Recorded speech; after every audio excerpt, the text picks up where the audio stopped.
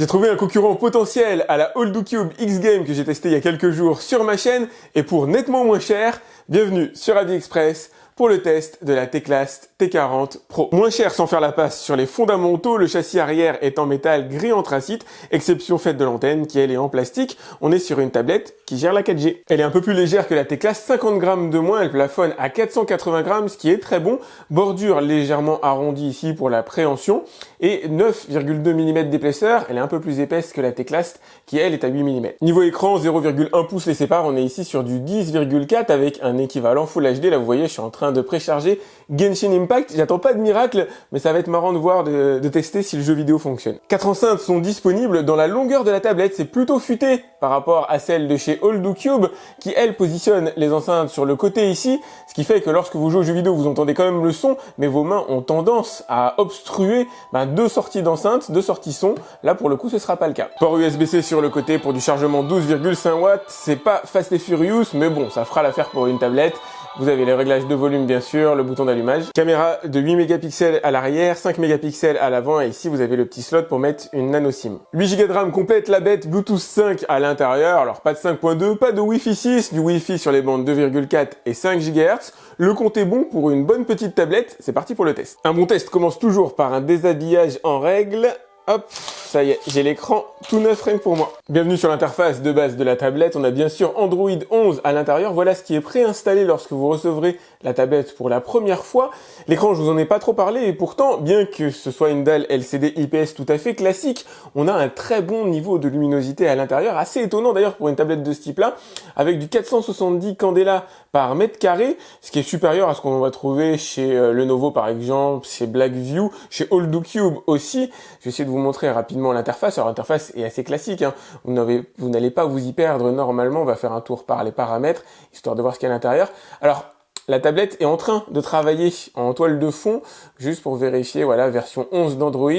Elle est en train de décompresser Genshin Impact, donc si jamais ça rame un petit peu, c'est normal. Quoique là, ça lag pas du tout. Franchement, elle est géniale. En matière de réactivité, elle est top, elle est très difficile à prendre à défaut. Le premier test qu'on va réaliser ensemble en matière de puissance, c'est très pragmatique. La lecture de vidéos, on va s'attacher à lire plusieurs formats, commençons par du Netflix en Full HD. Ça fonctionne sans aucun problème. Toujours pour une question de droit d'auteur, je peux pas vous en montrer plus. Bienvenue maintenant sur YouTube avec une très belle vidéo signée Sony que vous avez juste ici. On va vérifier la définition. Donc là, je suis en 1080p Full HD, qui est la définition, on va dire max, que permet d'afficher sur l'écran la tablette. C'est absolument impeccable, hein. Ça ne souffre d'aucun saccade, d'aucun lag. L'image est belle. Alors, les blancs sont pas parfaitement blancs. On peut pas dire que voilà, on est dans le blanc immaculé à ce niveau-là. Je saurais pas dire vers quoi ça tire. Ça reste globalement plutôt correct. La colorimétrie de l'écran, moi, je trouve est plutôt bonne. En tout cas, l'image est belle. On n'en est pas au stade de la HDR, évidemment, mais franchement, c'est très sympa. Pour regarder des films, des contenus vidéo, normalement, vous devriez kiffer. Voyons voir si elle est en mesure de décoder le flux encodé en H264 encapsulé dans du MKV, fichier Full HD assez costaud,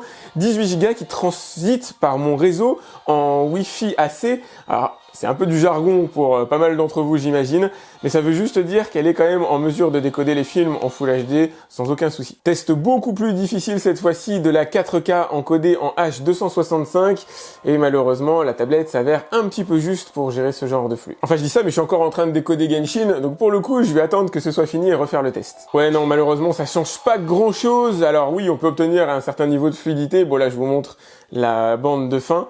Mais c'est pas encore suffisant à mon avis pour de la 4K H265, même lorsque la tablette ne fait rien en toile de fond.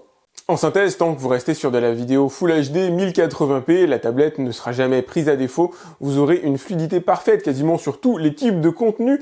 Par contre, dès qu'on passe à un niveau supplémentaire, la 4K, là, ça devient nettement plus difficile. Voilà, petit delta qu'on peut avoir avec la AllDoCube par exemple. Là, on va faire des tests un peu plus costauds. Cette fois-ci, on va rentrer dans la partie graphique, comme vous pouvez le voir, avec le test AnTuTu. Et regardez le score que j'obtiens sur le benchmark AnTuTu, à peine 6000 points de moins que la version AllDoCube X-Game. On est ici à 242 000 points et c'est normal, on a à l'intérieur grosso modo les mêmes processeurs. Et c'est pas étonnant qu'on retrouve les mêmes performances, puisque même si l'un est sous Mediatek et l'autre chez Unisoc, on a les mêmes CPU Cortex à l'intérieur, le A75 et le A55. Leur opposition va se faire essentiellement sur la partie graphique. L'un a choisi, alors pour la partie Teclast, le Mali G52 MP2, alors que la partie AuldooCube a choisi le IMG PowerVR GM9446. Allez, l'objectif c'est juste de voir si c'est fluide et ça a l'air de l'être. On va aller faire un tour par les paramétrages graphiques histoire de voir en quoi j'ai été réglé de base. Je suis en HD exactement comme sur la AuldooCube, élevé. Bon, bah nickel. Le jeu est impeccablement fluide, même lorsque je suis en hauteur, j'arrive à obtenir quand même un bon niveau de fluidité, ce qui n'est pas toujours le cas hein, d'ailleurs, et je reviendrai presque à me demander si elle n'est pas un peu plus performante que la AuldooCube sur la gestion de PlayerUnknown's Battleground. En tout cas, pour l'instant, elle s'en sort très bien, et comme j'ai l'habitude de vous le dire, si jamais à un moment donné vous avez une baisse de régime, une baisse de performance, bah, vous dégradez un peu la partie graphique et vous récupérez des images supplémentaires. En tout cas, pour moi, c'est extrêmement convaincant là. Un point par contre qui ne plaira pas à tout le monde, malheureusement, il n'est pas possible de jouer à Fortnite périphérique non compatible. Je suis d'accord, la partie tuto n'est pas forcément ce qu'il y a de plus révélateur, mais bienvenue sur Call of Duty Mobile, et vous pouvez le voir, c'est impeccablement fluide, il n'y a aucun problème pour jouer aux jeux vidéo. Bon, alors moi je suis très mauvais malheureusement et c'est difficile de jouer en fait en parlant. Je comprends mine de rien le job de Squeezie et c'est pas si simple que ça. Petit passage vers Genshin Impact, jeu ultra gourmand et visiblement une réaction alors plutôt positive je trouve de la part du processeur, notamment du processeur graphique, avec une fluidité légèrement supérieure à la AuldooCube X Game à laquelle je m'attendais pas du tout.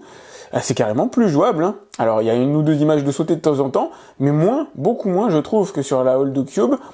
Ah ouais, pas mal. Franchement, j'avoue, elle a assuré à ce niveau-là. Si ce n'est sur la compatibilité avec Fortnite, la Teclast n'a pas du tout à rougir par rapport à la AuldooCube. Elle offre les mêmes performances graphiques, en tout cas en nombre d'images par seconde, on a exactement le même ressenti, à ceci près que l'écran est un petit peu plus sympa chez Teclast, un peu plus de luminosité, c'est assez agréable en jeu vidéo, bref, ça la place pour moi un petit cran au-dessus. Par contre, au niveau du son, elle est pas magique, hein. On obtient à peu près le même type de son qu'on a dans les autres tablettes.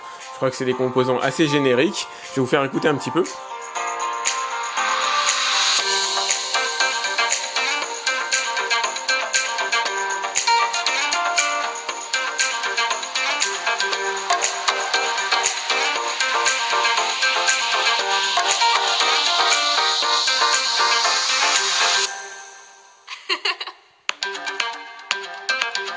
C'est du son qui est parfait pour les voix. Côté sympa par contre, on a bien de la stéréo à l'intérieur. Niveau autonomie, je m'y attendais pas, mais elle se démarque positivement par rapport à la AuldooCube malgré une batterie un petit peu inférieure en matière de capacité. On est sur du 7000 mAh ici, on est sur du 7005 sur la AuldooCube, et pourtant elle tient plus longtemps grâce à une consommation frugale du processeur, à moins de 6 Wh si je me trompe pas.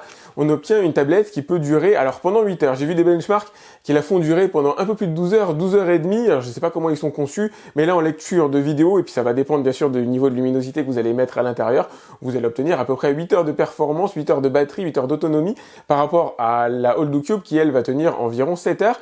Les deux tablettes se rechargent en à peu près le même timing, autour de 2 heures, 2 heures et demie. Allez, maintenant on va s'intéresser à la partie 4G, je vais mettre ma nano SIM à l'intérieur, donc en ce qui me concerne, je suis chez Free en ce moment, ça valse assez régulièrement, donc vous avez deux slots pour mettre deux nano SIM, donc une pro, une perso par exemple, ou remplacer une nano SIM par une carte micro SD. Et comme d'habitude, on va se faire un petit test de téléchargement, je vais couper le Wi-Fi pour m'assurer de n'être qu'en réseau 4G, c'est bien la 4G qui est détectée ici, alors je suis pas à côté d'une borne, elle est à 2 km, mais ça va nous permettre quand même de voir, en tout cas d'essayer d'estimer la vitesse de téléchargement. Je faisais des bonds de 30 à 40% lorsque j'étais connecté sur mon Wi-Fi qui est envoyé par de la fibre pour le coup. Alors là, c'est plus du tout la même limonade, on fait des bonds de 2%, ce qui doit équivaloir à peu près 4 mégaoctets par seconde, c'est correct. Test très empirique cette fois, je me suis mis sur une vidéo YouTube. Je vais faire une petite avance rapide pour voir à quelle vitesse la vidéo est chargée, préchargée. C'est quasi instantané. Par acquis de conscience, je me suis refait un petit test de vidéo en 4K H265 et ça fonctionne. Elle devait être en train de bosser tout à l'heure, de faire quelque chose, d'avoir une tâche en toile de fond, mais là ça marche absolument impeccablement, ça me rassure. Bon, niveau caméra, pas de miracle malheureusement, on est sur un capteur de 8 mégapixels comme d'habitude, parent pauvre de l'univers des tablettes, qui vous permettra de faire du film d'appoint, mais pas plus. Pour la photo, idem, c'est parfait pour des papiers d'identité, mais c'est pas vraiment ce que vous allez utiliser pour réaliser de belles images. Je vous montre quand même ce que je peux à l'intérieur de mon jardin. Voilà, vous allez préférer votre téléphone, c'est sûr. 5 mégapixels pour les selfies, ça suffit pour de l'appoint, ça suffit pour faire un peu de visio, mais malheureusement pas pour faire de belles photos. Je note que l'écran est relativement visible alors que j'ai le soleil en face des yeux.